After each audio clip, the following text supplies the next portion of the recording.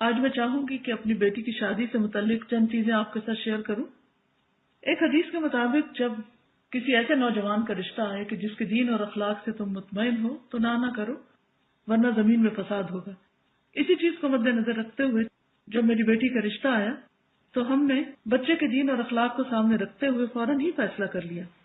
حالانکہ اس وقت اس کی کوئی جاب بھی نہیں تھی، لیکن جب سیکنڈ لاسٹ سیمسٹر کا امتحان دیا اور آخری سیمسٹر اس کا جنوری میں شروع ہو رہا تھا، اس میں یہ ہوا کہ جس دن نکاح ہوا اس دن اس کو کال آئی اور نکاح کے 2 دن بعد اس نے ایک انٹرویو دیا اور ساتھ ہی اس کی جاب بھی ہو گئی۔ اب یہ کہ دوپہر 12 بجے سے رات 8 بجے تک جاب پہ جائے گا اور صبح میں اپنا آخری سیمسٹر جو ہے وہ پورا کرے گا۔ تو میں نے تو یہ بھی کہا کہ آپ اس کی فکر نہیں کریں، مریم آپ کو بالکل تنگ نہیں کرے گی، کوئی مطالبہ نہیں کرے گی، اور میں نے مریم سے بھی کہا کہ تم نے بالکل پریشان نہیں کرنا کسی بھی چیز کے لیے، اور اس کو یکسوئی کے ساتھ پڑھنے دینا ہے۔ اور میں نے کہا کہ آپ دیکھ لیں، اگر آپ سمجھتے ہیں کہ پڑھائی اور جاب دونوں ساتھ چل سکتی ہے تو پڑھیں، اگر نہیں چل سکتی تو پہلے آپ اپنی اسٹڈیز کو کمپلیٹ کر لیں، اس کے بعد آپ اپنی جاب دیکھ لیں، کیونکہ رزق جو ہے وہ اللہ کے ذمہ ہے۔ انسان جب مال اور دین میں سے 2 کا انتخاب کرے تو میں سمجھتی ہوں کہ دین کا انتخاب کرنا چاہیے، کیونکہ دین کے ساتھ مال تو مل جائے گا لیکن مال کے ساتھ دین کا آنا اس کی کوئی گارنٹی نہیں۔ نبی صلی اللہ علیہ وسلم نے فرمایا کہ 4 چیزیں خوش قسمتی کی علامت ہے: نیک بیوی، کھلا گھر، نیک ہمسایہ، اچھی سواری، اور 4 چیزیں بدبختی کی علامت ہیں: بری بیوی، برا ہمسایہ، بری سواری اور تنگ گھر۔ عورت سے 4 چیزوں کے پیش نظر نکاح کیا جاتا ہے: اس کے مال و دولت کی وجہ سے، حسب نسب کی وجہ سے، یا خوبصورتی کی وجہ سے، یا اس کی دینداری کی وجہ سے۔ اے انسان تیرے ہاتھ خاک آلود ہوں، دیندار عورت سے نکاح کرنے میں کامیابی حاصل کرو۔ ہمیں سوچنا چاہیے کہ آخر اللہ کے رسول صلی اللہ علیہ وسلم نے دینداری ہی کو کیوں دیکھا اور کیوں معیار بنایا؟ آپ نے فرمایا مسلمانوں میں غریب لوگ مالداروں سے 500 سال پہلے بہشت میں جائیں گے۔ آپ نے فرمایا ہر امت کے لیے ایک فتنہ ہوتا ہے، میری امت کا فتنہ مال ہے۔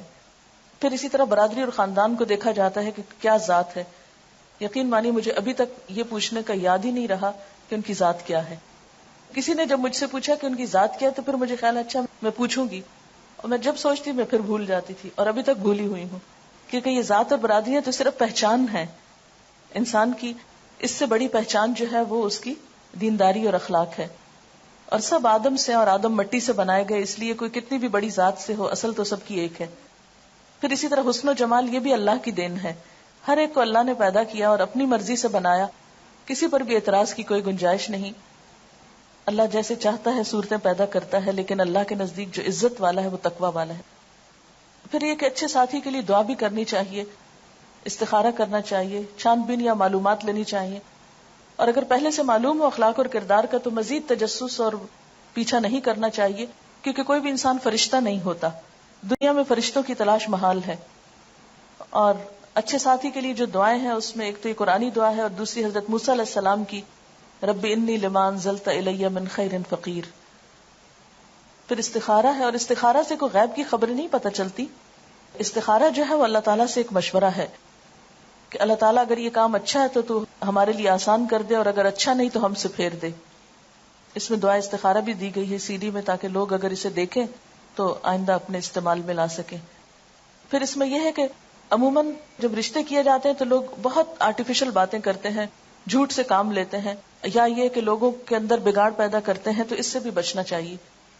مشورہ صرف اس سے کرنا چاہیے جو آپ کو صحیح مشورہ دے، اور صرف اس تک بات پہنچائیں جس نے آپ سے مشورہ لیا ہے۔ یہ نہیں کہ آپ irrelevant شخص سے پوچھا، پھر اس نے ایسی باتیں آپ کو بتائیں اور پھر ان باتوں کو کھولنا شروع کر دیا اور رشتہ لیتے لیتے لوگوں کو آپس میں لڑا کے اور فساد ڈال دیا۔ یہ عموماً جو ہمارے ہاں دیکھا جاتا ہے وہ درست نہیں۔ اسی طرح یہ ہے کہ لڑکی کو دیکھ لینا چاہیے اگر لڑکے کی خواہش ہو، اور اس میں یہ ہے کہ تصویر بھی دکھائی جا سکتی ہے اور سامنے بھی دیکھا جا سکتا ہے، لیکن یہ ہے کہ اگر ممکن ہو تو پہلے سے دیکھ کر پھر پیغام بھیجا جائے، یا یہ کہ جب سب بات طے ہو جائے تو پھر آمنے سامنے لا کے دکھایا جا سکتا ہے۔ آپ صلی اللہ علیہ وسلم کو حضرت عائشہ کو دکھایا گیا تھا خواب میں۔ پھر یہ ہے کہ منگنی جب ہو جائے، بات طے ہو جائے، اور اس میں آپ کو یہ بتا دوں کہ منگنی کے موقع پر ہم نے ایسا نہ تو کوئی تقریب کی، نہ ہی کسی تحفوں کا تبادلہ کیا، نہ ہی انگوٹھی پہنائی، نہ انہوں نے انگوٹھی پہنائی، نہ ہم نے، نہ کوئی کپڑے وہ لائے، نہ ہم نے کپڑے بھیجے، نہ ہی کچھ اور۔ ہوا یہ کہ جب زبانی کلامی بات پکی ہو گئی تو اس کے بعد نیکسٹ ڈے جیسے خوشی کے موقع پہ کچھ پھول وہ لے کر آئیں مریم کی جو ساس ہیں۔ جی یہ بھی بتاتی چلو کہ وہ ہماری 3rd بیچ کی اسٹوڈنٹ تھی اسلام آباد میں، اور عائشہ جو شروع میں یہاں پر کلاس انچارج کے طور پہ کام کرتی تھی، وہ ان کی بیٹی ہیں، اور ان لوگوں کو کافی سال سے میں جانتی تھی، اس لیے کوئی ایسی اس میں مزید بات نہیں تھی کسی بھی پریشانی کی. تو الحمدللہ چلتے پھرتے میں ہی بات طے ہو گئی، اور جواب میں ان کی مدر کے لیے خوشبو لے کر گئی، لڑکے کے لیے نہیں، کیونکہ مائیں جو ہیں وہ بچوں کو جنم دیتی ہیں، ان کی تربیت کرتی ہیں، ان کے لیے اتنی تکلیفیں اٹھاتی ہیں. اس لیے مجھے یوں محسوس ہوتا تھا کہ یہ موقع ماں کے لیے بڑی خوشی کا ہوتا ہے نا، جب بچوں کے کوئی رشتہ طے ہوتا ہے. ٹھیک ہے بیٹے کے لیے تو بعد میں بھی کچھ ہو جائے گا، لیکن پہلے ماں کا دل خوش کرنا چاہیے. اس لیے اس موقع پر جب جوابی طور پر میں واپس گئی تو پھولوں کی بجائے ایک خوشبو چھوٹی سی لے کر گئی. پھر اسی طرح یہ ہے کہ لڑکے اور لڑکی کی تنہائی میں باتیں نہیں ہونی چاہیے، ٹیلی فون پہ لمبی لمبی گفتگو درست نہیں، چیٹنگ درست نہیں. آپ صلی اللہ علیہ وسلم نے فرمایا عورتوں سے تنہائی میں ملاقات کرنے سے باز رہو. پھر اسی طرح ہاتھ ملانا یا خود انگوٹھی پہنانا، یہ باتیں بھی درست نہیں. نبی صلی اللہ علیہ وسلم کا ہاتھ کبھی کسی عورت سے نہیں چھوا تھا. پھر اسی طرح بن سنور کر لڑکے کے ساتھ باہر ڈرائیونگ پہ جانا یا سیر و تفریح کے لیے، یہ بھی درست نہیں. پھر یہ کہ رشتہ دیکھنے کے بعد بعض اوقات ہم ریجیکٹ کرتے ہیں تو اس میں طرح طرح کے نقص نکالتے ہیں، ناک ایسا ہے، قد ایسا ہے، رنگ ایسا ہے، اور اس کو ہر جگہ مشہور کرتے پھرتے ہیں. قرآن پاک میں اللہ تعالیٰ فرماتے ہیں کہ آپس میں ایک دوسرے پر تان نہ کرو، کسی کے برے نام نہ رکھو. ایمان لانے کے بعد فسق میں نام پیدا کرنا بہت ہی برا ہے. پھر اسی طرح ہمارے ہاں صرف لڑکے والے پیغام بھیجتے ہیں، لڑکی والے نہیں بھیج سکتے، بہت مایوب سمجھا جاتا ہے. حالانکہ اگر اس میں ہم دیکھتے ہیں کہ حضرت عمر کی بیٹی حضرت حفصہ جو تھی، جب وہ بیوہ ہوئی تو وہ خود حضرت ابوبکر کے پاس پیغام لے کر گئے کہ میری بیٹی سے نکاح کر لو. تو اس میں کوئی مایوب بات نہیں ہے. پھر یہ کہ منگنی ہمارے ہاں ایک بہت بڑا فنکشن اور ایک بہت بڑا بوجھ بنتا چلا جا رہا ہے. منگنی کا اصل مقصد یہ ہوتا ہے کہ اس بچی کے لیے پھر کوئی اور پیغام نہ بھیجے، اس کا اعلان کر دیا جائے تاکہ یہ پتا چلے کہ یہ بچی فلاں سے منسوب ہو چکی ہے. اور فرمایا کہ کوئی مسلمان کسی دوسرے مسلمان کے پیغام پر پیغام نہ بھیجے، نہ کوئی کسی کی فروخت شدہ چیز پہ اپنی چیز بیچے، اور نہ ہی کسی عورت کو نکاح کا پیغام بھیجے جس کے لیے کسی اور نے پیغام بھیجا ہو. پھر یہ ہے کہ اگر ایک پیغام بھیجنے کے بعد ارادہ ترک کر دے تو دوسرا پیغام بھیج سکتا ہے. اس سے پتہ چلتا ہے کہ ہمارا دین ہم سب کے احساسات اور جذبات کا کتنا خیال رکھتا ہے. حضرت علی رضی اللہ تعالیٰ عنہ نے حضرت فاطمہ کے لیے شادی کا پیغام بھجوایا، آپ نے اسے قبول کر لیا، بس یہی منگنی تھی. کیونکہ بات انسان کی یہ عہد سب سے بڑی بات ہوتی. مردوں کے لیے سونے کی انگوٹھی پہننا جو ہے وہ درست نہیں. آپ نے فرمایا کہ تم میں سے کوئی شخص آگ کے انگارے ہاتھ میں پہننا چاہتا ہے تو وہ سونے کی انگوٹھی پہن لیتا ہے. پھر اسی طرح جہیز، بہت سے لوگوں نے یہ سوال کیا کہ آپ نے جہیز میں کیا دیا. بات یہ ہے کہ بلیو می، میں اس سارے عرصے میں ایک دفعہ بھی بازار نہیں گئی. کچھ مریم کو ضرورت کی چیزیں چاہیے تھی، مریم یہاں نہیں تھی، جیسے جوتے لانے تھے تو تیمیہ یا اسما کے سائز پہ ادریس صاحب ساتھ چلے گئے اور یہ لوگ جا کے جوتے لے آئے. اور اسی طرح کسی کے ساتھ ان کو بھیج کر کچھ ضروری چیزیں جو تھی وہ لی گئی. باقی یہ کہ اسلام آباد کا گھر جب سے میں آئی ہوں ایک طرح سے پیک پڑا تھا.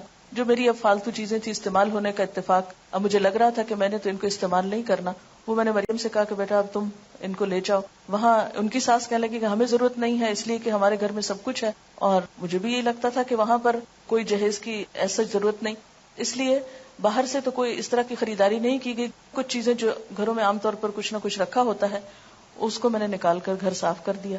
تو جب وہ کہتے تھے کہ یہ ہم کس طرح سنبھالے تو میں کہتے یہ آپ مجھ پر احسان کریں گے اگر میرے سے یہ چیزیں جو ہے ہٹ جائیں تاکہ میں یہاں آؤں تو مجھے اب سب کچھ خالی خالی صاف ستھرا نظر آئے کہ میں اپنا کام زیادہ بہتر طور پہ کر سکوں. تو الحمدللہ ایسا کوئی فرنیچر نہیں، کوئی کچھ نہیں، بلکہ اس کی جو بڑی نند ہے عائشہ، انہوں نے ان کا جو بیڈ روم ہے اس کا فرنیچر لیا. اور اسی طرح چھوٹی موٹی چیزیں، کچھ گفٹ تھے رشتہ داروں کی طرف سے، تو اس میں کام چل گیا. لیکن کوئی ایسی تیاری کہ اس طرح کی لمبی چوڑی شاپنگ یا وہ چیزیں نہیں تھی. جہیز میں عام طور پر یہ ہے کہ قرض لیا جاتا ہے اور اس کے کمائی کے لیے آدمی لوگ جو ہیں وہ رشوت وغیرہ لینے پہ مجبور ہوتے ہیں. بعض اوقات کم چیزیں لانے پہ لڑکی کو تانے دیے جاتے ہیں اور اسراف اور دکھاوا بھی اس میں بہت ہوتا ہے. تو اس میں یہ تھا کہ انسان ضرورت کی چیز تو اپنے لیے استعمال کرتا ہے، دکھاوے کا معلوم نہیں، اس میں دوسروں کو بتانے کی کیا ضرورت ہے. ایک عالمی ادارے کی رپورٹ کے مطابق پاکستان میں 1 کروڑ سے زائد لڑکیاں شادی کے انتظار میں ہیں. 40 لاکھ لڑکیاں ایسی ہیں جن کی شادی کی عمر بھی گزر گئی ہے. اور اس میں ایک بہت بڑی وجہ کیا ہے؟ جہیز کا نہ ہونا، یہ جہیز کا سٹینڈرڈ کے مطابق نہ ہونا. شادی کس کے ساتھ ہوتی ہے؟ لڑکی کے ساتھ یا جہیز کے ساتھ؟ آدم کے بیٹے کے پاس 2 وادیاں مال و دولت سے بھری ہوں تو وہ تیسری کے لیے خواہش کرے گا. حضرت علی کہتے ہیں کہ حضور صلی اللہ علیہ وسلم نے حضرت فاطمہ کو جہیز میں 1 چادر، 1 مشکیزہ اور 1 چمڑے کا تکیہ دیا تھا جس میں اذخر کی گھاس بھری ہوئی تھی. حضرت اسما کہتی ہیں کہ فاطمہ جب رخصت کر کے حضرت علی کے ہاں بھیجی گئی تو ہم نے ان کے گھر میں اس کے سوا کچھ نہ پایا کہ وہاں ریت بچھی ہوئی تھی. 1 تکیہ تھا جو کھجور کی چھال سے بھرا ہوا تھا، ایک گھڑا اور ایک پانی پینے کا پیالہ تھا. یہ کوئی ہماری طرح کا مروجہ جہیز نہیں تھا، انتہائی ضرورت کی چیزیں تھیں. سنت میں جہیز کی کوئی حیثیت نہیں. اور حضرت علی کے لیے وہ چیزیں بھیجنا بھی کس لیے تھا کہ آپ حضرت علی کی بھی کفالت کرتے تھے. گھر کی ضروریات کا انتظام کرنا لڑکی کے والدین کی نہیں، خود لڑکے کی ذمہ داری ہے. اس موقع پر لڑکے کو الٹا مہر دینا ہوتا ہے، اور اس کے لیے بھی ہم نے کوئی ایسی قرارداد طے نہیں کی کہ کتنا ہوگا اور کیا ہوگا.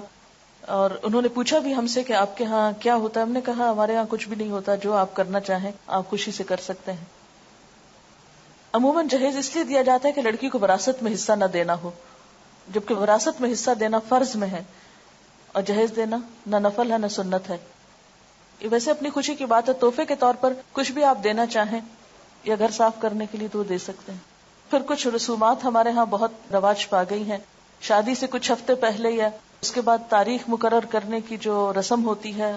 پھر اسی طرح یہ ہے کہ وقت بھی ضائع ہوتا ہے، پیسوں کی بھی ناقدری، عبادات میں کوتاہی.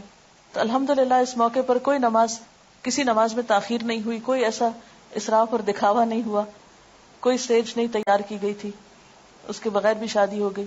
پھر اسی طرح کوئی پیلا جوڑا نہیں پہنایا گیا، بلکہ میں نے شدت سے منع کیا تھا کہ ایسا کوئی رنگ مجھے نظر بھی نہ آئے. بعضوں کہتا تھا نا کہ بھول کے انسان کوئی ایسی چیز پہلے پہن لیتا ہے. پوری طرح اس رسم کو جو ہے وہ ختم کرنا ہے. اب یہ دیکھیں، یہ دو تصویریں ہیں، ایک انڈین تصویر ہے اور ایک پاکستانی. دونوں میں کیا فرق نظر آ رہا ہے آپ ہی پہچان سکتے ہیں، مجھے تو پہچان نہیں ہو رہی. پھر جہیز کی نمائش، یہ بھی دو کمپیریزن ہے.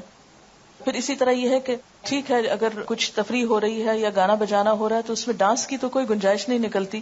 نبی صلی اللہ علیہ وسلم نے فرمایا جس گھر میں گھنگرو اور گھنٹے ہوں اس میں رحمت کے فرشتے داخل نہیں ہوتے، نہ ہی فرشتے ان لوگوں کے ساتھ رہتے ہیں جو گھنٹے استعمال کرتے ہیں. اپنے ہاتھوں سے اپنے آپ کو ہلاکت میں مت ڈالو، یعنی اللہ کی رحمت کو کیوں دور کرتے ہیں ہم ایسی چیزوں سے. آپ نے فرمایا اس امت کے لوگوں پر زمین میں دھنسانے، شکلیں مسخ ہونے اور پتھروں کی بارش برسنے کا عذاب آئے گا. مسلمانوں میں سے کسی نے عرض کیا یا رسول اللہ صلی اللہ علیہ وسلم یہ کب ہوگا؟ آپ نے فرمایا جب گانے بجانے والی عورتیں ظاہر ہوں گی، آلات موسیقی عام استعمال ہوں گے اور شرابیں پی جائیں گی. ترمذی کی روایت ہے. پھر اسی طرح مہندی کی تقریب میں ایک دوسرے پہ طنز، برا بلا کہنا، مذاق اڑانا، یہ بھی اسلامی تعلیمات کے برعکس ہے. پھر اسی طرح مہندی کے موقع پر کھانوں کا اہتمام جو ہے اور اس میں خصوصی ڈیکوریشن یلو کلر میں، یہ تو درست نہیں، لیکن مہندی لگانا درست ہے. اس موقع پر ایسا کیا تھا کہ ہاسٹل کی سب بچیوں کو ہم نے اکٹھا کر لیا تھا باہر سے. صرف میری بہنیں تھی، مریم کی جو نندیں ہیں انہوں نے مریم کو مہندی لگائی اور میں نے ہاسٹل کی سب بچیوں کے ہاتھ پہ کچھ کچھ لگایا. اوٹ پٹانگ لکیریں ادھر ادھر تھوڑا تھوڑا. ایک بات بتانا میں بھول گئی کہ مریم چونکہ وہاں تھی تو میں نے کہا کہ کچھ کام تم شروع کرو، فارغ نہیں بیٹھو. تو کلاس نے اسماء الحسنہ نہیں ابھی پڑھے تھے، دو کلاسز اس وقت وہاں چل رہی ہیں، ایک تعلیم القرآن کورس کی اور ایک دوسری. تو اس نے ان کو اسماء الحسنہ سکھانے شروع کی، جیسے اسماء یہاں پر یہ صورتوں کے نام وغیرہ سکھاتی. تو جو آخری دن تھا، یعنی شادی کا جو دن تھا، نکاح کا دن، اس دن اس کا بس صرف ٹائم ٹیبل تھوڑا تبدیل کیا تھا کہ صبح صبح اس کی کلاس تھی، لیکن یہ کہ اس دن بھی اس نے پڑھایا. پھر اسی طرح یہ ہے کہ کھانوں میں بہت زیادہ اسراف ہوتا ہے. قرآن پاک میں اللہ تعالیٰ فرماتے وَلَا تُبَذِّرْ تَبْذِيرًا إِنَّ الْمُبَذِّرِينَ كَانُوا إِخْوَانَ الشَّيَاطِينِ وَكَانَ الشَّيْطَانُ لِرَبِّهِ كَفُورًا. فضول خرچی نہ کرو، فضول خرچ لوگ شیطان کے بھائی ہیں اور شیطان اپنے رب کا ناشکرا ہے. یعنی پیسے کا ضیاع محض دکھاوے میں اور اسراف میں، یہ شیطان کو خوش کرنے والی بات ہے، رحمان کو نہیں. اور اس میں اب ضرور آپ کو انتظار ہوگا کہ مریم نے پہنا کیا تھا. اس کو سفید رنگ کا جوڑا پہنایا تھا جس میں پنک کلر کی پائپنگ دوپٹے پہ لگی ہوئی تھی اور کچھ پنک کلر کی کڑھائی تھی اور پنک کلر کے موتیوں کا ہار تھا. یہ شادی کے موقع پر جو فنکشن تھا اس میں پہنایا تھا. اس کے بعد یہ ہوا کہ جب نکاح ہوا، تقریب ختم ہوئی، دعا ہوئی اور اس کے بعد یہ لوگ چلے گئے واپس. بعد میں جو ہمارے مہمان تھے انہوں نے کچھ کھانا کھایا اور اس میں یہ تھا کہ جو ہاسٹل کی بچیاں تھیں ان کو ہم نے کھانے میں شریک کیا. باہر سے ایز سچ ہم نے کھانے کے لیے لوگوں کو نہیں بلایا تھا، رشتہ داروں کو تو obviously سب جمع تھے، ان کو کھانا کھانا تھا، کچھ دوست بھی، لیکن باقاعدہ اس طرح کی تقریب نہیں تھی یا کھانے کے انویٹیشن جس طرح عموماً دیے جاتے ہیں وہ نہیں تھے. اس کے بعد یہ تھا کہ میں یہ چاہتی تھی کہ مریم سب نمازیں وغیرہ پڑھ لے اور عشاء کی نماز پڑھنے کے بعد اس کی رخصتی ہو تاکہ نماز میں کوئی حرج نہ آئے. کیونکہ اگر دن کو یہ چلی جاتی ہے 5-7 منٹ کے راستے پہ تو گھر تھا 10 منٹ کا ہارڈلی راستہ ہوگا جہاں اس کو جانا تھا. تو میں نے کہا کہ ابھی جا کے اگر سارا دن بیٹھی رہے گی، ذرا وہاں جھجکے گی یا اور لوگ بھی ہوں گے، تو بہتر ہے کہ یہ اپنا ریلیکس ہو، آرام کرے گھر میں اور اس کے بعد جائے. یہاں ایک بات بتاؤں کہ اس موقع پہ مریم نے کوئی ناخن نہیں بڑھائے اور نہ ہی ناخنوں کے اوپر کوئی خاص چیز ایسی لگائی. اس کے بعد یہ تھا کہ رات کو اس کو دوبارہ پھر جب بھجوانا تھا اس کے لیے تیار کیا گیا تھا، تو اس موقع پر اس کو گولڈ پہنایا اور چونکہ اب وہ اپنے شوہر کے لیے تیار ہو رہی تھی، نمائش کے لیے نہیں. تو میری چوڑیاں، جو کہ میرا سائز اب ہیوی ہو گیا ہے، تو میری ہی چوڑیاں کچھ رکھی ہوئی تھی کیونکہ مجھے تو بازار جانے کا اور کچھ بنوانے کا موقع نہیں تھا، تو ان کو میں نے اس کو دیا. اسی طرح میری اپنی کچھ جیولری پڑی ہوئی تھی، کچھ اس کے لیے گفٹ وغیرہ تھے، تو وہ اس کو پہنا کے اس کے ساتھ یہ تھا کہ رخصت کیا. اس میں یہ تھا کہ کسی خاص بیوٹی پارلر سے نہ کسی کو بلایا، اور نہ ہی وہ کسی بیوٹی پارلر میں گئی، اور نہ ہی اس کے لیے کوئی بہت اہتمام تھا. یہاں یسرا اور ایک آمنہ، ان کی مدر میری اسٹوڈنٹ ہے فرسٹ بیچ کی، تو دن میں انہوں نے اس کو تیار کیا تھا. شام میں میری ایک اور لسنر ہے، وہ بہت عرصے سے میرے پیچھے تھی کہ میں نے کچھ آپ کے لیے کرنا ہے، تو مجھے کسی نے کہا کہ وہ بہت اچھی دلہن تیار کر لیتی ہیں، تو میں نے کہا کہ ٹھیک ہے آپ انہی کو بلا لیں. تو شام کے وقت انہوں نے اس کو تیار کیا. شام کے وقت اور کچھ لوگ نہیں تھے، صرف میرے بہن بھائی تھے اور میرے سسرال کے سب لوگ تھے. اور اس میں جو ٹائم تھا کہ 8:30 بجے رخصت کرنا ہے، اور جب یہ لوگ پہنچے لینے کے لیے، اس وقت پھر کوئی خاص ہنگامہ نہیں ہوا. مریم سے میں نے کہا خود چلو، اور خود چل کے خیر گاڑی تک پہنچی، اس کو بٹھایا. کوئی رونا دھونا نہیں، کوئی چیخنا چلانا ہنگامہ نہیں، کوئی مصنوعی قسم کے آنسو نہیں، کچھ نہیں. لیکن دل میرا جو تھا بہت ہی، جسے کہتے ہیں نا کہ جسم کا ایک ٹکڑا انسان الگ کرتا ہے، کیونکہ حالانکہ مجھے پتا ہے پھر ملے گی یہ سب، لیکن ایک ان نون کسی میرے اندر اداسی تھی، یا ایک جیسے ایک محبت، یہ خون کا رشتہ ہوتا ہے، وہ ایک طبیعی سی چیز ہے. لیکن الحمدللہ نارملی ان کو رخصت کیا، اور اس موقع پہ میں نے دعا پڑھی، استودعکم اللہ دینکم و امانتکم و خواتیم عملکم، اور ان کو بھجوا دیا. اور جو سب سے مشکل پارٹ تھا وہ یہ تھا کہ میں اپنے داماد سے حجاب کیسے اتاروں. مجھے اس قدر شرم آ رہی تھی، اس قدر شرم، کیونکہ اس دن تو میں نے خیر اتارا نہیں، وہ باہر ہی تھا بیچارہ، اندر تک نہیں آیا. لیکن اگلے دن جب صبح میں مریم ساتھ آئی تو مجھے یہ تھا کہ اب میں کیا کروں. میں چادر لی تھی، تھوڑا سا نیچے کیا، پھر تھوڑا سا، پھر تھوڑا سا.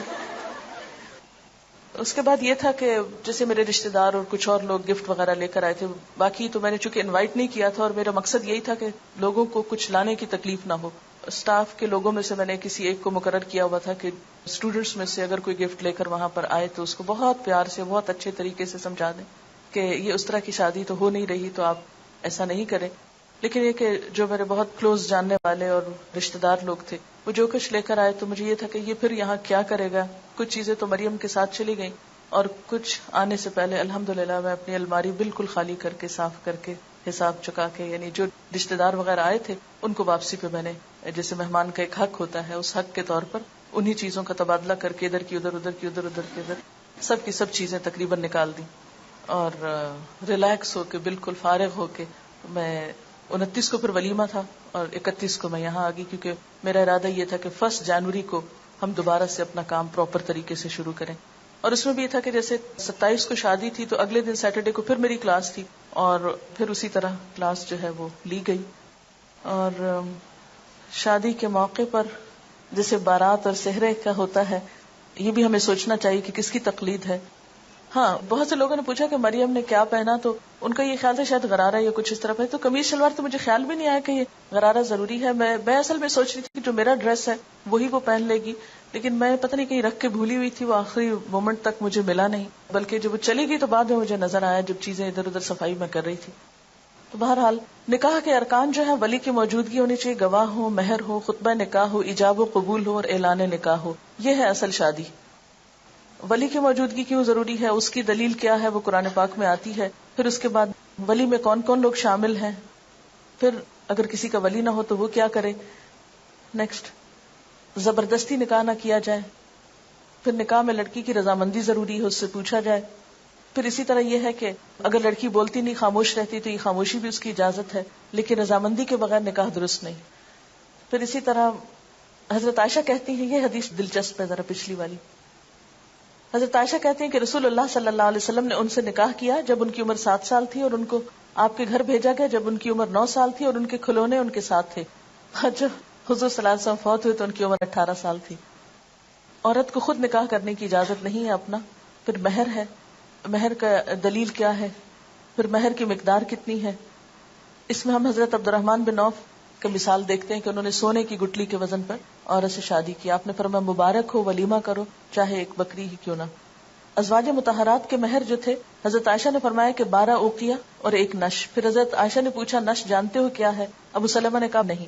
حضرت عائشہ نے فرمایا نصف اوقیہ، اور یہ 12.5 اوقیہ 500 درہم بنتا ہے. یعنی 500 درہم ازواج مطہرات کا مہر تھا، جو اچھی رقم ہے. اور حضرت ام حبیبہ کا مہر جو تھا وہ 4000 تھا، 4000 درہم. قبول اسلام کو مہر قرار دیا گیا حضرت ام سلیم کی طرف سے. بہترین نکاح وہ ہے جو آسان ہو. ہمارے ہاں جو 32.5 روپے حق کے مہر ہے، اس کی کوئی حقیقت نہیں. پھر اسی طرح گواہوں کا موجود ہونا، گواہوں کے بغیر نکاح نہیں ہوتا. آپ نے فرمایا جو عورت ایسا کرتی وہ زنا کرتی. خطبہ نکاح میں ہم دیکھتے ہیں کہ 3 آیات میں 4 دفعہ تقوی کا حکم ہے کہ اللہ سے ڈرو تو زندگی اچھی گزرے گی. پھر ایجاب و قبول ہوتا ہے. 3 دفعہ پوچھا جاتا ہے لڑکے سے کہ اس حق کے مہر کے عوض یہ لڑکی تمہیں قبول ہے. جب وہ 3 دفعہ ہاں کرتا ہے تو پھر نکاح کی گرہ لگ جاتی. نیکسٹ، اس میں آڈیو لیکچر بھی CD کے اندر موجود ہے، وہ سنا جا سکتا ہے. مبارکباد کے کلمات مسنون. آپ نے فرمایا حلال اور حرام کے درمیان فرق کرنے والی چیز دف ہے، یعنی اعلان نکاح ہے. پھر عورت جب گھر آئے تو اس کے لیے دعا کرنی چاہیے. پھر دعوت ولیمہ ہے، اور یہ دعوت بھی اپنی حیثیت کے مطابق کرنی چاہیے، اور اس میں بھی اسراف اور دکھاوا نہیں ہونا چاہیے. ایک موقع پر آپ نے جو پکا کر کسی جگہ پر کھجور اور منقع اور خوشگوار پانی کہیں کھانا، یعنی مختلف طریقہ سے ولیمے کی دعوت کی گئی. آپ نے فرمایا ولیمے کا کھانا برا کھانا، وہ کھانا برا ہے جس میں خوشحال اور دولت مند لوگوں کو بلایا جائے اور فقراء کو چھوڑ دیا جائے. اس موقع پر ہمیں ایک تھوڑی سی مشکل یہ ہوئی، جیسے ولیمہ کی دعوت تھی، انیشلی جو انہوں نے انویٹیشن دیا، یہ ہمارے ہاں عام طور پر شادی کا جو خرچہ ہوتا ہے اس کی تھوڑی سی، مثلا 8 لاکھ روپے 5 لاکھ روپے جو لوگ خرچ کرتے ہیں ایک عام شادی پر، اور اس کے مقابلے میں آپ دیکھیں کہ اللہ تعالیٰ کیا فرماتے ہیں، جو لوگ محض اپنا مال لوگوں کو دکھانے کے لیے خرچ کرتے ہیں اور در حقیقت نہ اللہ پر ایمان رکھتے ہیں نہ روز آخرت پر، سچ یہ ہے کہ شیطان جس کا رفیق ہوا اسے بہت ہی بری رفاقت میسر آئی. یعنی دکھاوے کے لیے اتنی رقمیں اڑانا جو ہے یہ سراسر غیر اسلامی ہے. آپ دیکھیں کہ تقریبات کے موقع پر 100 روپے فی کس کے حساب سے 8 روپے کا کھانا روزانہ پک رہا ہے. یہ ایک اخبار میں آیا تھا. یعنی روزانہ شہر میں جو کھانا پکتا ہے، ایک شادی میں نہیں کئی شادیوں کو جب ملایا جاتا ہے، 8 کروڑ روپے.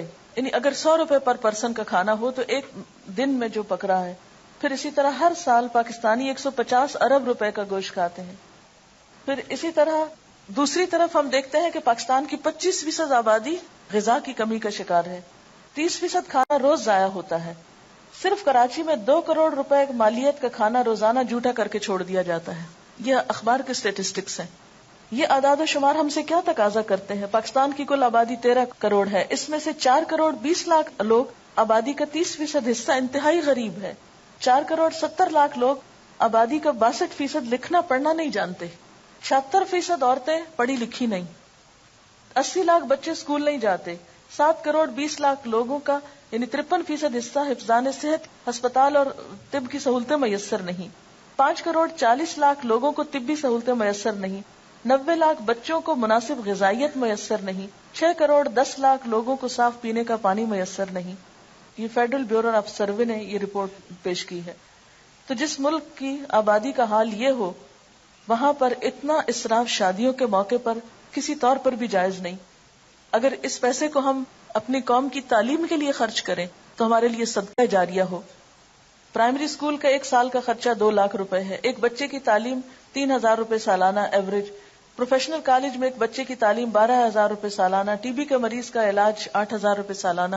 کہ ایسا نہیں ہو سکتا کہ ہم اپنی شادیوں میں سے کچھ پیسے بچا کر ہم اپنے عوام پر صرف کریں جنہیں ضرورت ہے؟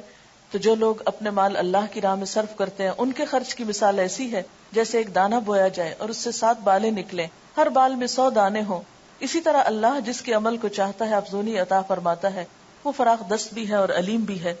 ایک اور چیز میں بتانا چاہوں گی، یہاں پر ایک انٹرویو ہے، اس وقت ٹائم نہیں. ہماری ایک اسٹوڈنٹ تھی سارا، جو IT ڈپارٹمنٹ میں کام کرتی تھی. ان کی شادی کس طرح ہوئی اور اس موقع پر کیا اچھی مثال پیش کی گئی. CD میں موجود ہے، جو لوگ یہ CD لیں. CD باہر فار سیل اب اویلیبل ہے، یعنی عام لوگوں کے لیے بھی اس کو پرنٹ کرا لیا گیا ہے.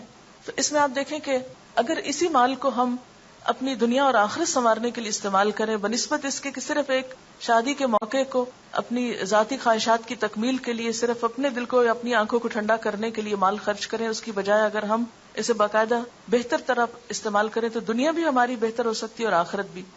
اس میں صدقہ خیرات کر کے انسان کو بتانا تو نہیں چاہیے، لیکن تھوڑی سی مثال میں دوں گی کہ جیسے رشتہ داروں کا حق ہوتا ہے، تو میں نے کوشش یہ کی کہ شادی کے موقع پر جو گفٹ آئے ہیں وہ صرف مریم کو نہیں ملے بلکہ رشتہ داروں کو بھی ملے. اس کی کزنز جو ہیں یا ان کی جو اور رشتہ دار خواتین ہیں، جو بھی بچے یا بڑے یا جو بھی تھے، تو اس کو میں نے ان لوگوں کو بھی تقسیم کیا. اور یہ بھی میرے دل میں اللہ کی رضا تھی، نہ کہ یہ سوچا کہ ان کی طرف سے مجھے کچھ ملے یا یہ اگر کچھ لائے ہیں تو اس کا بدلہ ہو، نہیں، صرف ایک صلہ رحمی کے لیے.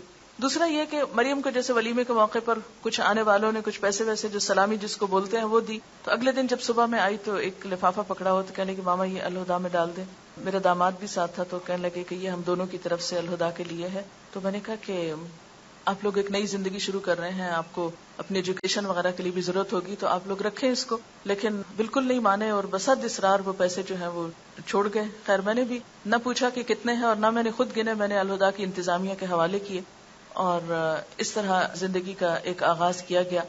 اس کے بعد یہ تھا کہ جب صبح ملنے کے لیے آئے ہیں تو میری کلاس کا وقت تھا، میں تھوڑا سا بیٹھی ہوں اور اس کے بعد میں نے معذرت کی، میں نے کہا کہ میری کلاس کا وقت ہے. تو میرے داماد کہتے ہیں کہ نہیں آپ ضرور جائیں، اور میں کلاس میں چلی گئی. تو میں نکلنے لگی تو میں نے کہا کیا مریم بھی آ سکتی ہے، کیونکہ شادی کے بعد شوہر کی اجازت ضروری ہے، چاہے وہ بچے ہیں اپنے لیکن پھر بھی جو ادب آداب ہیں ان کا لحاظ ضروری. کہتے کیوں نہیں انشاءاللہ ضرور. تو وہ باہر پھر مردوں میں چلے گئے اور مریم جو ہے وہ کلاس میں میرے ساتھ نیکسٹ ڈے پر نیچے بیٹھی. تو پھر اس کے بعد یہ تھا کہ چونکہ کھانے کا وقت ہو رہا تھا، ان لوگوں کو جانا تھا، کچھ اور مہمان وغیرہ بھی تھے ان کے ہاں، تو پھر وہ بیچ میں کلاس کے اٹھ کے چلی گئی. لیکن یہ کہ مجھے نہیں پتا چلا کہ شادی کے ساتھ جو تعلیم کا سلسلہ ہے، یہ جو کام ہے، وہ کسی طور پر بھی متاثر نہیں ہوا، اس لیے کہ جن لوگوں کے ساتھ رشتہ جوڑا وہ بھی دین کو سمجھنے والے، مقصد کو سمجھنے والے، اور وقتاً فوقتاً اس کی تعلیم و تبلیغ میں شریک بھی رہے ہیں. اس لیے الحمدللہ کسی موقع پر کوئی تکلف نہیں، کوئی بیڈ فیلنگ نہیں. یعنی میں اللہ کا کتنا شکر ادا کروں کہ میرے آنسو اس پہ نہیں تھمتے کہ اللہ تیرا کتنا شکر ہے کہ تھرو آؤٹ رشتہ لینے سے لے کر شادی کے یعنی آخر میں جو میں ان کو خدا حافظ کہہ کے آئی ہوں، اس سارے موقع تک ایک مرتبہ بھی اللہ کا 1000 لاکھ دفعہ شکر ہے کوئی بیڈ فیلنگ دونوں فریقین کے درمیان نہیں ہوئی. ورنہ عام طور پر کیا ہوتا ہے کہ شادی ہونے سے پہلے یا شادی کے دن یا شادی کے بعد کوئی نہ کوئی بہانہ ڈھونڈ لیا جاتا ناراض ہونے کا، یا کوئی بہانہ ڈھونڈ لیا جاتا ہے ایک دوسرے کو ستانے کا یا پریشان کرنے کا. اصل حقیقی خوشی اور سکون اور راحت اور آرام کس میں ہے؟ مال و دولت کے دکھاوے یا اسراف اور لباس اور ان چیزوں میں نہیں ہے. اصل خوشی یہ ہے کہ انسانیت کا احترام ہو، ایک دوسرے کی عزت کی جائے، ایک دوسرے کو اس کا مقام دیا جائے، ایک دوسرے کی قدر پہچانی جائے. اور اس کا پورا لحاظ رکھا گیا الحمدللہ، دونوں طرف سے رکھا گیا. اس میں میرا کوئی کمال نہیں ہے، یہ میری طرف سے نہیں ہے. اگر ظاہر ہے کہ وہ لوگ کوآپریٹ نہیں کرے تو ہم کیا کر سکتے ہیں. لیکن چونکہ رشتہ اگر دین کی بنیاد پر ہوتا ہے اور دین کی روح اور اسپرٹ کو جاننے والے لوگ موجود ہوں تو پھر بہت سے معاملات طے کرنے میں مشکل نہیں ہوتی. یعنی کسی بھی معاملے میں یہ نہیں ہوا کہ اگر ہم نے کہا ایسا کر لیتے تو انہوں نے کہا نہیں یہ تو ہو نہیں سکتا، یا انہوں نے کہا کہ ایسا کرتے تو ہم نے کہا یہ تو پاسبل نہیں. کہیں نہیں، دونوں فریقین نے ایک دوسرے کے ساتھ مکمل طور پر ہم آہنگی اور آپس میں اتفاق کا مظاہرہ کیا. شادی کے بعد یہ ہے کہ دونوں کا تعلق کیا ہے. ہن لباس لکم وانتم لباس لہن، وہ تمہارا لباس ہے تم ان کا لباس ہو. اس سلسلے میں جو خاص نصیحت میں نے مریم کو رخصتی کے وقت کی وہ کیا تھی کہ مریم تم ایک نئے گھر میں جا رہی ہو، لیکن یاد رکھنا یہ عارضی گھر ہے، اس سے آگے ایک پائیدار گھر تمہارا انتظار کر رہا ہے. اس زندگی کی خوشیوں میں اور اس زندگی کے سکون میں جا کر تم اپنی آخرت کو نہیں بھولنا. میں تمہیں اس موقع پر بھی یہی نصیحت کروں گی کہ وہاں جا کر بھی آخرت کے گھر کی تیاری جاری رکھنی ہے. اور اس میں سب سے پہلے یہ کہ آخرت کی تیاری حقوق العباد کو ادا کر کے ہوتی ہے. عبادات تو اپنی جگہ. ہاں ایک اور دلچسپ بات یہ کہ جب نیکسٹ ڈے ملاقات ہوئی میری بچے کی والدہ سے تو کہنے لگی کہ ہنس رہی تھی کہ آج سب لوگ مسجد میں انتظار کر رہے تھے کہ آج تو عاطف کی شادی ہے، دیکھتے ہیں فجر کی نماز میں آتا ہے یا نہیں. تو کہتے ہیں کہ الحمدللہ وہ اس امتحان میں پورا اترا ہے اور آج بھی فجر کی نماز اس نے مسجد میں جا کے پڑھی ہے. تو مجھے اتنی خوشی ہوئی، میں نے کہا الحمدللہ اللہ کا لاکھ لاکھ شکر ہے کہ جس نے ایسے موقعوں پر اپنی اطاعت کی توفیق دی ہے. ورنہ عموماً کیا ہوتا ہے خوشی کا موقع یا غم کا موقع سب سے پہلے ہم نماز روزہ یا انسانوں کے حقوق کو بھول جاتے ہیں بعض اوقات. تو اس میں یہ ہے کہ جو خاص تاکید میں نے کی کہ مجھے کوئی بھی چیز جو گھر میں ایسی ہو جو، کیونکہ انسان ہے، اگر کسی قسم کی کوئی ناگوار فیلنگ بھی کبھی آئے اللہ نہ کرے مجھ تک نہیں پہنچانی، اس کو کہیں باہر جا کے ڈسکلوز نہیں کر، کسی دوست سے اس کا ذکر نہیں کرنا، اللہ سے دعا کرنی ہے اور مدد مانگنی ہے اور اس سفر کو جاری رکھنا ہے. میں کوئی بھی شکایت، کوئی بھی عیب، کوئی بھی چیز نہ دیکھنا چاہتی ہوں نہ سننا چاہتی ہوں. نو وے. ہن لباس لکم وانتم لباس لکم، دونوں آپس میں نپٹو، ایک دوسرے کا لباس ہو. آپس میں ایک دوسرے کے ساتھ مفاہمت اور موافقت کرو. اور یعنی کہ لڑکا یا لڑکی بالغ ہوتے ہیں تو شادی ہوتی ہے, تو بالغ ہونے کا مطلب یہ کہ اب میچور بھی ہوں اور ایک دوسرے کا حق پہچانے. اس میں عموماً یہ ہوتا ہے کہ مائیں خود کریت کریت کے پوچھتی کیا کھایا تھا, کیا پیا تھا, کیا ملا تھا. اچھا مجھے تو یہ بھی یاد نہیں رہا, لوگوں نے اس سے پوچھا اچھا تمہیں منہ دکھائی کیا ملا, اس کو سمجھ ہی نہیں پہلے آئی کہ یہ کیا کہہ رہے ہیں. لیکن مجھے کوئی انٹرسٹ نہیں ہوا کہ میں جا کے پوچھوں کہ اچھا کیا زیور تھا تمہارا, کیونکہ ہم نے کوئی زیور اس طرح ایسا منگایا نہیں کہ وہ وہاں سے لا کر دیں اور پھر یہ اس طرح پہنے. جو بھی آیا پہنا, میں نے نہیں ایک دفعہ آنکھ بھر کے بھی نہیں دیکھا کہ کیا چیز ہے, اس لیے کہ جس کا ہے اس کو اللہ نصیب کرے. اور باقی یہ ہے کہ نہ تو اس میں دکھاوا اور نہ ریاکاری اور نہ ہی کوئی دلچسپی ہمیں, چیز کسی کی اور دلچسپی ہمیں کس بات سے.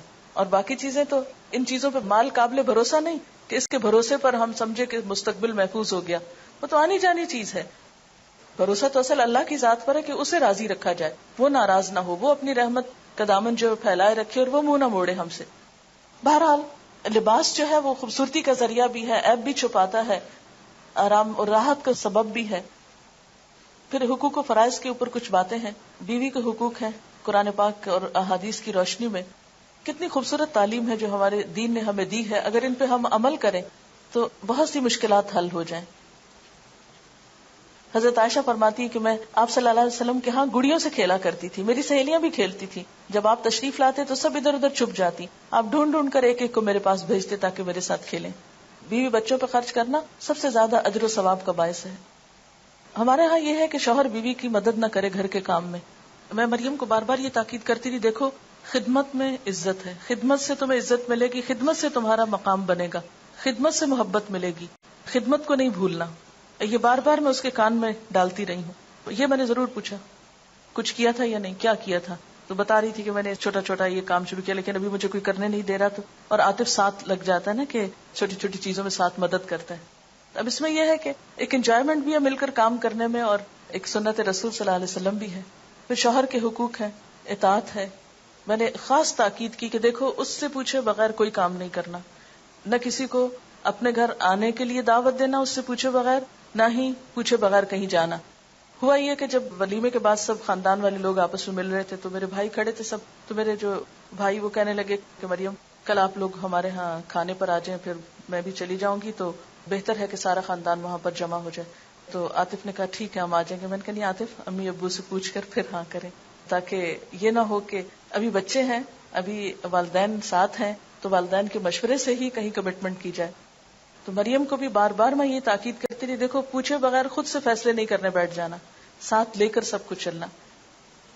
قیامت کے دن اللہ تعالیٰ اس عورت کی طرف نظر اٹھا کے نہ دیکھے گا جو شوہر کی ناشکری ہوگی, حالانکہ عورت کسی وقت بھی شوہر سے بے نیاز نہیں ہو سکتی. نبی صلی اللہ علیہ وسلم نے فرمایا مومن کے لیے خوف خدا کے بعد سب سے زیادہ مفید اور باعث خیر نعمت نیک بیوی ہے. جب وہ اسے کسی کام کا کہے تو خوشی سے کر دے, جب اس پہ نگاہ ڈالے تو خوش کر دے, جب اس کے بھروسے پہ قسم کھا بیٹھے تو قسم پوری کر دے, جب وہ کہیں چلا جائے تو اس کے پیچھے اپنی عزت و آبرو کی حفاظت کرے, شوہر کے مال و اسباب کی نگرانی میں شوہر کی خیر خواہ اور وفادار رہے. پھر یہ کہ سسرال سے اچھا سلوک جب تک نہ ہو اس وقت تک بات نہیں بنتی. تو اس پر بھی ایک آڈیو لیکچر ہے چھوٹا سا. کیا ہم نے کبھی سوچا ہم اخلاق سے وہ فتح حاصل کر سکتے ہیں جو بڑی بڑی جنگوں سے حاصل نہیں ہوتی, یعنی دلوں کو تسخیر کر کے ان پہ حکمرانی کر سکتے ہیں. دعا بھی مانگنی چاہیے, ربنا هب لنا من ازواجنا وذرياتنا قرة اعین واجعلنا للمتقین اماما. یہ سی ڈی یہاں کی ملٹی میڈیا ڈپارٹمنٹ نے تیار کی تھی اور یہ اب سیل کے لیے اویلیبل ہے. جو بھی آج کل شادیوں کا موسم ہے, آپ خرید کر لوگوں کو شادی کے تحفے کے طور پر دے سکتے ہیں. ہو سکتا ہے کوئی بات ان کی سمجھ میں آ جائے اور ان کی زندگی بھی سنور جائے انشاءاللہ تعالی. جو لوگ شادی پر گئے ہوئے تھے تو میں چاہ رہی تھی کہ وہ بھی اپنی تھوڑی سی فیلنگ بتا دیں تو اچھا ہے. السلام علیکم. میڈم نے سب کچھ خود ہی بتا دیا سارا, میرے ذہن میں بھی یہی سب باتیں تھیں, لیکن ایک چیز جو مجھے وہاں فیل ہوئی وہ یہ کہ اصل میں اس دن کلاس میں جب یہ شادی کا سب کچھ فنکشن ہو رہا تھا تو دل خوش تھا بہت زیادہ. ہم اور کچھ نہیں کر رہے تھے, یا تو سوائے اس کے کہ اگر نظمیں پڑھ رہے تھے لوگ تو ہم بھی شامل ہو جائے یا پھر تکبیرات, لیکن فیلنگز یہ تھیں کہ ہم ٹوٹلی انوالو ہیں اس خوشی میں. اور مجھے قرآن مجید کی وہ آیت یاد آ رہی تھی جس میں آپ صلی اللہ علیہ وسلم کے بارے میں کہا گیا نا کہ ان کو اس لیے بھیجا گیا تاکہ وہ تمہارے اوپر جو بوجھ لادے گئے ان کو اتاریں. تو مجھے بھی یہ شادی دیکھ کر ایسا لگ رہا تھا جیسے ہمارے اوپر سے بہت سارے بوجھ اتار دیے گئے ہوں نا, بہت ریلیکس کر دیا ہمیں. تو اسی وجہ سے اندر دل خوش تھا کہ بہت ہلکی شادی لگ رہی تھی، خوشی بھی بہت زیادہ تھی اور کوئی مشکل اور کوئی بوجھ اس طرح کی کوئی چیز فیل نہیں ہو رہی تھی. اس کے علاوہ میں نے میڈم سے بہت سیکھا، اس میں یہ کہ ایک تو میڈم کی خوشی سے کہ عموماً مائیں بہت غمگین اور اس طرح کی نظر آتی ہیں، لیکن الحمدللہ کہ ان کو دیکھ دیکھ کے اور بھی زیادہ خوشی ہو رہی تھی.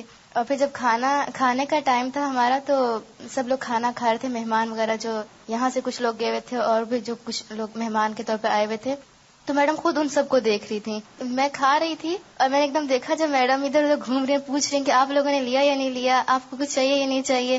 تو مجھ سے کھایا نہیں جا رہا تھا، مجھے سمجھ نہیں آتی کہ اب میں اٹھ کے ان کو بٹھاؤں، کیسے ان کو کہوں کہ میں چیک کرتی ہوں. لیکن ہر کوئی منع کر رہا تھا میڈم کو کہ آپ لیں، آپ بیٹھے، لیکن وہ ہر ایک کپ کے پاس جا جا کر خود چیک کر رہی تھی. تو میں نے بہت سیکھا کہ ہم بالکل ایسے موقعوں پر کاموں سے فارغ ہو کر بیٹھ جاتے ہیں نا، ایسے موقعوں پر بھی اتنی مصروفیت کے باوجود بھی ان چیزوں میں خود انوالو رہنا.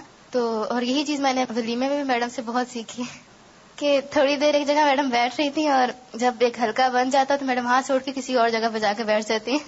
جب وہاں پر مزید ایک حلقہ بنتا، کچھ باتیں کراتی تو پھر کہیں اور چلی جاتی. ایسے جب کھانے کا ٹائم ہوا تو سب کو میڈم نے خود کہا کہ آپ لوگ اٹھیں اور لیں. الگ سے میڈم نے اپنے لیے کھانا نہیں لگوانے دیا کہ الگ ٹیبل لگے اور وہاں پہ بیٹھ کے کھائیں. تو اور خود میڈم نے پھر اپنے لیے کھانا لیا جس طرح باقی سب مہمان لے رہے تھے، تو اسی طرح میڈم نے خود ڈالا بھی، لیا بھی. اور جیسے میڈم بتا رہی ہیں کہ میڈم نے مریم کو نصیحتیں کی اپنے سسرال کے بارے میں اور ان چیزوں کے بارے میں، تو اسی طرح جب میڈم کھانا کھانے لگی ولیمے والے دن تو میں میڈم کے پاس ہی بیٹھی ہوئی تھی. اتنے کچھ مہمان آئے تو میں تو نہیں جانتی تھی ان کو، لیکن میڈم نے ان کو ایک دم دیکھا اور ایک دم کھڑی ہو گئی، کہتی ہے میرا سسرال تو اب آیا.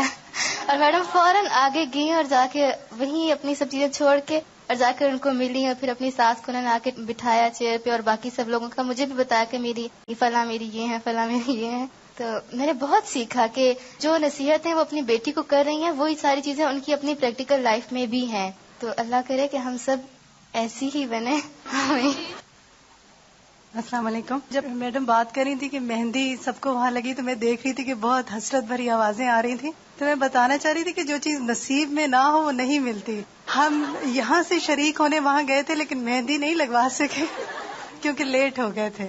دوسری بات یہ کہ ایک اور جو ایکسپیرینس میں شیئر کرنا چاہوں گی وہ یہ کہ جب جن دنوں یہ شادی تھی وہیں پر مجھے ایک اور شادی اٹینڈ کرنے کا اتفاق ہوا نیکسٹ ڈے اپنے عزیزوں میں. وہ بالکل روایتی شادی تھی، وہی 10 دن چلنے والی.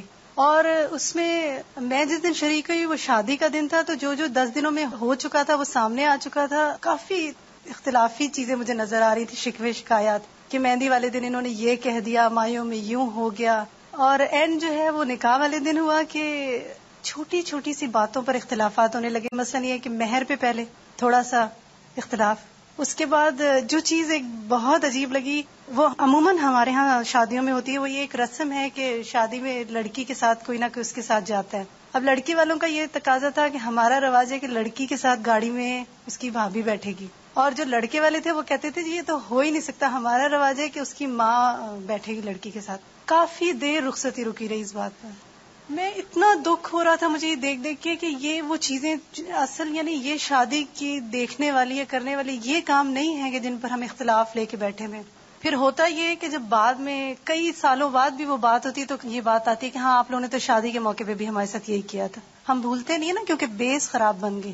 واپس جب ہم آئے ہیں تو جو ایک اور ایکسپیرینس ہے وہ یہ کہ سب سے زیادہ جو سوال مجھ سے پوچھا گیا، سب سے پوچھا گیا ہوگا وہ یہ کہ مریم نے پہنا کیا تھا. اچھا ان کو جب بتاتے تھے کہ جیسے میڈم نے کہا کہ آف وائٹ سا سوٹ تھا لائٹ کام والا، تو اتنا بڑا سا کوسچن مارک جو تھا نا وہ چہروں پہ بھی نظر آتا تھا. اور یہ پوچھا جاتا تھا کہ بس یہ ہی یعنی غرارے کے بغیر ہی، مطلب یہ کہ غرارے کے بغیر نکاح کیسے ہو گیا؟ کیونکہ ہمارے یہاں تو لازم و ملزوم ہے نا بہت ہیوی جوڑا 40-50 ہزار کا اور نکاح. لیکن الحمدللہ ہم سب تیار بھی ہوئے، ہم نے بھی اچھے کپڑے پہنے، وہاں سب نے پہنا، کھایا پیا بھی، انجوائے بھی کیا، اور شادی بھی ہو گئی اور سادگی کے ساتھ ہو گئی الحمدللہ. السلام علیکم. اور سب باتیں تو بتا دی آپ لوگوں کو. میں جو شیئر کرنا چاہوں گی وہ یہ کہ مہندی جو لگ رہی تھی اس میں پتہ چلا کہ میڈم لڑکیوں کے ہاتھوں پہ اللہ لکھ رہی تھی. تو خیال یہ ہے کہ جو دل میں ہوتا ہے نا انسان کے اوپر چھایا ہوا ہو وہی پھر اس کے ہاتھ سے بھی نکلتا ہے اور زبان سے بھی نکلتا ہے. اور پھر یہ کہ مجھے بھی ایک اور شادی میں جانے کا اتفاق ہوا. شادی تو ابھی شروع نہیں ہوئی تھی، ابھی تیاریاں ہی ہو رہی تھی، لیکن اتنی تیاریاں تھیں اور اتنے پریشان تھے وہاں کے لوگ تو میں سوچ رہی تھی کہ یہاں پر ہمیں پتہ چلا کہ شادی کا مینیو بھی ایک دن پہلے ہی پوچھا گیا، ڈیسائیڈ کیا گیا، اور لوگ پریشان تھے کہ کیا مینیو ہوگا، لیکن میڈم بڑے آرام سے تھیں اور ایک دن پہلے مینیو ڈیسائیڈ ہوا، جو کہ گوشت کا سالن تھا اور مٹر چاول تھے، اور بہت ہی لذیذ بنا ہوا تھا کھانا. اور زیادہ پرلطف بات یہ تھی کہ میڈم ہماری میزبانی کر رہی تھی اور اٹھا کے پوچھ رہی تھی، اور مجھے یہ خیال آ رہا تھا کہ یہاں ہم اپنے استاد کی مہمان بننے میں اتنے خوش ہیں، تو جنت میں جب اللہ تعالیٰ ہماری مہمانی کریں گے تو ہم کتنے خوش ہوں گے. اور پھر یہ کہ شادی میں یوں ہی ہوتا ہے نا کہ ہم چاہتے ہیں کہ ہم کو امپورٹنس ملے، ہم جاتے اس لیے ہیں نا. اور ہوتا یوں ہے شادیوں میں کہ لوگ لڑکے لڑکی والے اپنے میں مصروف ہوتے ہیں، ایک دوسرے کو دیکھتے، ایک دوسرے کے کپڑے دیکھتے، یا ایسا کوئی جھنجھٹ نہیں تھا نا ایک دوسرے کے کپڑے دیکھ کے پریشان ہو. ہم لوگ کا سفر کراچی سے شروع ہوا، اس وقت سے لے کر اینڈ تک میڈم کو اپنے مہمانوں کی بڑی فکر تھی. وہ کب آئے، کہاں بیٹھے، کیسے رہے، انہوں نے گھوما پھرا یا نہیں، اور کیا کیا کیا، وہ سب چیزیں ہم لوگوں نے بہت زیادہ انجوائے کی. السلام علیکم ورحمۃ اللہ وبرکاتہ. مریم کی شادی بالکل آل ٹوگیدر ایک بہت ڈفرینٹ ایکسپیرینس تھا، اور ظاہر بات ہے اور سب لوگوں کی طرح مجھے بھی بہت شوق تھا، اور یہ آنر لینا کہ میڈم جو ہے ہماری میزبان ہوں، یہ ساری چیزیں بہت زیادہ مجھے فیسینیٹ کریں تھیں. اللہ تعالیٰ نے مجھے وہاں پہنچا بھی دیا. جو چیز مجھے سب سے زیادہ خوبصورت اور اچھی لگی اور دل چاہا کہ یہ ایسی چیز سارے معاشرے میں ہو، وہ یہ تمام غیر ضروری چیزیں جن کے پر ہم اتنا ایمفیسائز کر دیتے ہیں اور اصل چیز جو لڑکی کی تربیت ہے وہی بھول جاتے ہیں. اور اس میں میڈم کو میں نے ایک ایسی ماں کے رول میں دیکھا. مجھے معلوم ہے اداس تھی میم، یہاں تک آنے کے بعد بھی اداس تھی، اور ان کو ریکور ہونے میں یہ پورا ہفتہ لگا ہے، آئی نو دیٹ. لیکن انہوں نے مریم کے سامنے جن جذبات کا اظہار کیا جو کہ اس کو حوصلہ دینے کے لیے بہت زیادہ فائدہ مند تھا. اور پھر میں نے دیکھا کہ جذبات پر کنٹرول، کہ چونکہ ماں خود ہی پریشان ہو کہ ہلکان ہو کہ لڑکیوں کو اتنا انسیکیور کر دیتی ہیں کہ وہ لڑکیاں جا کر اگر وہاں پہ سسرال سیکیور کرنے والی بھی ہو تب بھی وہ سیکیور نہیں ہو پاتی، کیونکہ ماں ہی انسیکیور کر رہی ہوتی ہے ان کو. اور دوسری چیز جو مجھے خوبصورت لگی وہ یہ کہ جب میری اسی وقت فلائٹ میری لیٹ ہو گئی تھی، تو جب میں پہنچی ہوں تو یہ سب شروع ہونے والا تھا. تو مجھے بالکل انٹرنس پہ اسما اور تیمیہ اور عائشہ کی جو چھوٹی بہن، وہ سب بہت ماشاءاللہ بہت پیاری تیار ہوئی ہوئی، اور سب ان کو، اور وہ اتنی خوش، ان کے چہروں پہ خوشی، اور وہ ہم سب بھی آف کورس سب کے سب بہت خوش تھے.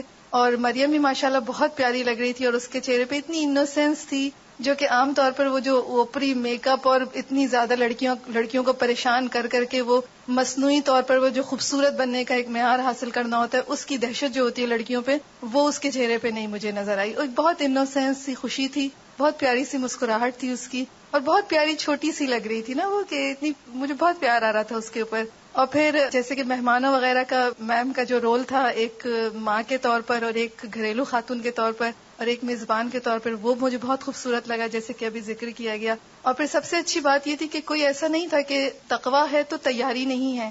ولیمے والے دن بھی ماشاءاللہ سب کے سب اتنے اچھے تیار ہوئے تھے، میم بھی اتنی پیاری لگ رہی تھی، اور سب لوگ کے پہچانے نہیں جا رہے تھے. مجھے بھی کوئی نہیں پہچان رہا تھا اور میں بھی کسی کو نہیں پہچان رہی تھی. الحمدللہ that was the beautiful part کہ ہم الحمدللہ جب خوشی کا موقع آئے گا تو سب کے سب اچھے سے تیار بھی ہوں گے، سب زینت بھی کریں گے. And that was totally segregated شادی. یہ لائک ولیمہ جو تھا ٹوٹلی سیگریگیٹڈ تھا. یہاں پر بہت زمانے بعد میں نے کوئی بہت اچھی سیگریگیٹڈ شادی دیکھی جس میں کہ بہت اچھا تیار ہونے کا موقع ملا. اور یہ ہوا کہ ون آن ون سیگریگیشن تو ہوتا ہے لیکن کانسٹنٹلی ویٹرز وغیرہ یا کچھ نہ کچھ آتے رہتے ہیں، لیکن یہاں پر ایسا کچھ نہیں ہوا. اور مریم بھی کوئی ایسی بہت آرٹیفیشل دلہن کے طور پر نہیں بیٹھی ہوئی تھی، بٹ وہ بھی بہت کیجول سی تھی. اور آف کورس میم کی میزبانی تو کہ وہ ہمیں اصرار کر رہی تھی کہ آپ لیں، that was the an honour, جو کہ واقعی بہت ہی خوبصورت لگا. اور اس ساری چیز میں مجھے یہ بات یہ لگی کہ جو شخص جس کی زندگی میں مقاصد ہوں، ایک ٹرو پرپز ہو، جیسے کل بھی ہم بات کر رہے تھے خوشو کی، کہ وہ ٹوٹلی فوکسڈ ہوتا ہے تو یہ زندگی کی ساری چیزیں تو ساتھ چلتی ہیں. وہ اسی کے اندر وہ ساری چیزیں اسی ایک مقصد کو سرو کر رہی ہوتی ہے. اور مجھے یہ ساری چیز لگی جیسے مریم کی شادی بھی جو ہے وہ ایک اس مقصد کی طرف لوگوں کو لانے کا ذریعہ بن گئی. جیسے اب یہاں پہ ہم کراچی میں بھی ہم اتنے سارے لوگ سن رہے ہیں، اور ہم جنہوں نے دیکھا، جو گئے، پھر یہ CD جائے گی، یعنی پھر وہ ساری چیزیں، وہ سارے کام جو کہ عام لوگوں کی زندگی میں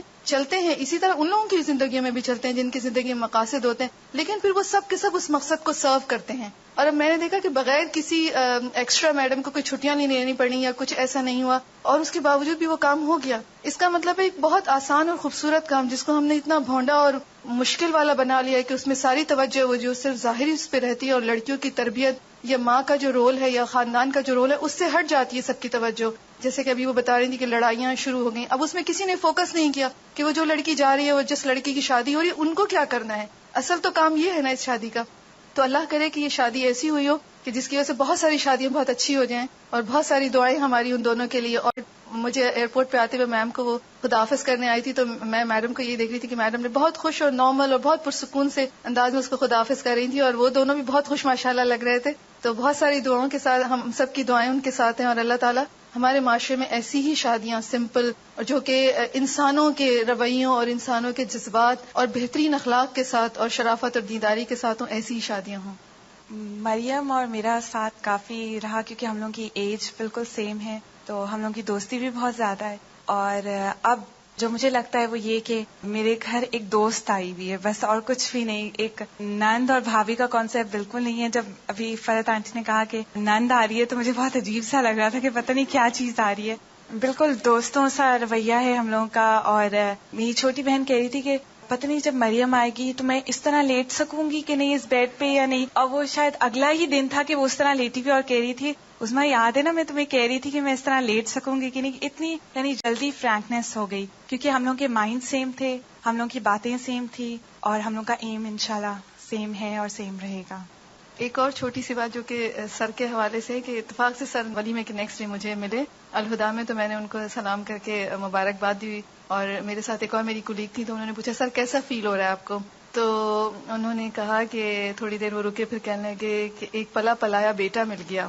اور میں یہ سوچ رہی تھی کہ کتنی پازیٹیوٹی، دین انسان کو کتنا پازیٹیو بنا دیتا ہے کہ انہوں نے یہ نہیں کہا کہ ہاں بیٹی چلی گئی گھر خالی ہو گیا. انہوں نے اپنے ایکسپریشن کا اظہار کیا کہ دکھ ہوا لیکن آج جب میں نے صبح اس سے ملا تو میرا مطلب وہ دکھ یا اداسی ختم ہو گئی. لیکن پہلی جو بات ان کی زبان سے نکلی وہ اتنی پازیٹیو بات تھی کہ انہوں نے کہا مجھے پلا پلایا بیٹا مل گیا. جب مریم اور وہ دونوں مل کے ماما مجھے کہتے ہیں تو مجھے اتنا عجیب لگتا ہے کہ اتنا بڑا بیٹا ماشاءاللہ. اور کوئی فوٹو سیشن نہیں ہوا. مجھے بس تھوڑا سا افسوس یہ تھا کہ میرا انیشلی پروگرام یہی تھا کہ اس کلاس میں یہاں پر سب ہوگا، لیکن بس اللہ کو شاید یہی منظور تھا کہ وہاں جا کر مجھے لگا کہ مریم تھوڑا سیٹل ہو رہی ہے موسم کے اعتبار سے. اور پھر میں نے کہا کہ اب اس میں مجھے پھر ایک بلا وجہ کا تکلف لگا کہ مریم کو واپس لاؤں، خود آؤں، اور ساتھ یہ ہے کہ یہ سب لوگ وہاں سے ٹریول کر کے یہاں آئیں، یہاں سے صرف نکاح کر کے پھر واپس جائیں، پھر ولیمہ کریں. موسم کا اتنا فرق ہے، ان لوگوں کے لیے پریشانی ہوگی. تو میں نے کہا کہ ہم نے تو آنا ہی ہے ولیمے پہ، کیوں نہ ہم یہیں آ جائیں اور یہیں سے نکاح ہو جائے. تو اس سہولت کو دیکھ کے پھر میں نے، اور پھر یہ کہ میری بھی اور ادریس صاحب کی سب رشتہ دار اور فیملی وغیرہ جو تھی وہ اسی طرف رہتے ہیں، تو مجھے یہ تھا کہ ان سب میں سے کچھ کو تو کراچی آنا پڑے گا. بےچارے آئیں گے اور رہ بھی نہیں پائیں گے اور پھر الٹے پاؤں واپس پھر جائیں گے، پھر وہاں ولیمہ اٹینڈ کریں گے، تو سب کو زحمت دینے والی بات ہے. لیکن یہ کہ انشاءاللہ اگر اللہ تعالیٰ نے پھر کوئی موقع زندگی میں دیا یہاں تو کسی اور موقع پر صحیح انشاءاللہ. السلام علیکم. الحمدللہ مجھے بھی موقع ملا جانے کا. بالکل ڈفرینٹ ایکسپیرینس تھا. جو کچھ دیکھا وہ مجھے ایسا لگتا ہے میں بتا نہیں سکوں گی. اور الحمدللہ اتنی خوشی تھی کہ کئی بار آنکھوں میں آنسو آتے تھے، اور کہ اللہ تعالیٰ اس دنیا میں آج کل کے دور میں اس طرح کی شادی کو، یعنی جو کچھ میڈم اس سے پہلے نکاح کے درس میں جو کچھ کہتی رہیں تو وہ انہوں نے عملی طور پہ کر کے دکھایا. اور سب سے بڑی بات یہ ہے کہ وہاں کا پریمیسز مجھے بہت اچھا لگا. الہدا کا جو سارا سیٹ اپ ہے وہ بہت اچھا تھا. اور دعا میری ہر دم یہی رہی کہ اللہ تعالیٰ ہمیں اس طرح کی یہاں پر بھی ایک جگہ عطا فرمائے. آپ سب لوگ اس دعا کو ضرور کیا کریں. ٹھیک ہے، جزاک اللہ. عام طور پر مجھے کاموں میں رات کافی دیر ہو جاتی ہے سونے میں، لیکن حیرت کی بات ہے کہ شادی سے ایک رات پہلے میں تقریباً رات 9-9:30 بجے سو گئی. اور پتہ نہیں مجھے نیند آنے لگی اور نماز مجھے نہیں پڑھنا تھی، تو میں نے کہا چلے میں تھوڑا سا لیٹ جاتی ہوں. جو لیٹی تو میں گہری نیند سو گئی اور سویرے اٹھی. تو میں سوچ رہی تھی کہ عام طور پر شادیوں پر لوگوں کی نیند کتنی خراب ہوتی ہے اور کتنے رات کو دیر سے سوتے ہیں، پھر صبح کی نماز نہیں ہوتی، پھر دن میں نمازیں جاری ہوتی ہیں. اس سے ایسا لگا کہ جسے میں کافی پچھلے دنوں ٹریول کر رہی تھی، پہلے اسلام آباد تھی، پھر کراچی آئی، موسم بدلا، پھر واپس اسلام آباد. تو اس کی وجہ سے وہ ایک ابھی تک میں روٹین میں نہیں جیسے آ پا رہی تھی. لیکن اس نیند نے مجھے اتنا فریش کر دیا کہ اگلے 2 دن جو تھے وہ میرے لیے بہت آسان ہو گئے. اس موقع پر ایک دعا میں نے سب کے لیے کی تھی کہ اللہ تعالیٰ میری ساری روحانی بیٹیوں کی شادیاں بہت اچھی جگہ اور بہت جلد ہو جائیں. سبحانک اللہم و بحمدک نشہد ان لا الہ الا انت نستغفرک و نتوب الیک. والسلام علیکم ورحمۃ اللہ وبرکاتہ.